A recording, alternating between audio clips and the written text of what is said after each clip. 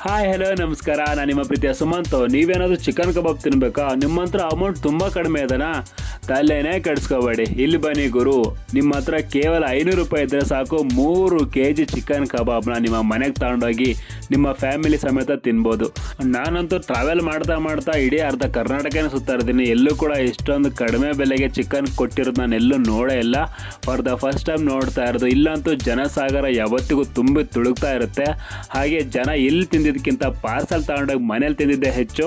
ಹಾಗೆ ಇಷ್ಟೊಂದು ಕಡಿಮೆ ಬೆಲೆ ಕೊಡ್ತಿದ್ದಾರೆ ಅಂದಮೇಲೆ ಇದರಲ್ಲಿ ಲಾಸ್ ಏನು, ಲಾಭ ಏನು ಅಂತ ಅವ್ರನ್ನ ಕೇಳೇ ಬಿಟ್ಟೆ. ಇದಕ್ಕೆ ಅವ್ರ ಹತ್ರ ಏನಾಗಿತ್ತು ಅವ್ರನ್ನೇ ಕೇಳಿ.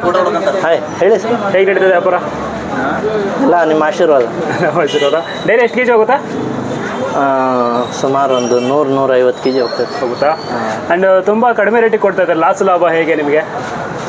ಇದು ಲಾಸ್ ಲಾಭ ಏನಲ್ಲ, ನಮ್ಮ ಅಪ್ಪಾಜಿ ನಮ್ಮ ಅಮ್ಮರ ಕನಸಿತ್ತು, ಮತ್ತು ನಮ್ಮ ಅಣ್ಣಾರ್ ಸಮೀರಣ ಅಂತ ಅವ್ರ ಕನಸಿತ್ತು. ಅದಕ್ಕೋಸ್ಕರ ಕಡಿಮೆ ಬೆಲೆಗೆ ಏನಾದ್ರು ಕೊಡ್ತಾ ಇದ್ದಾರೆ ಕಬಾಬ್ನೆಲ್ಲ.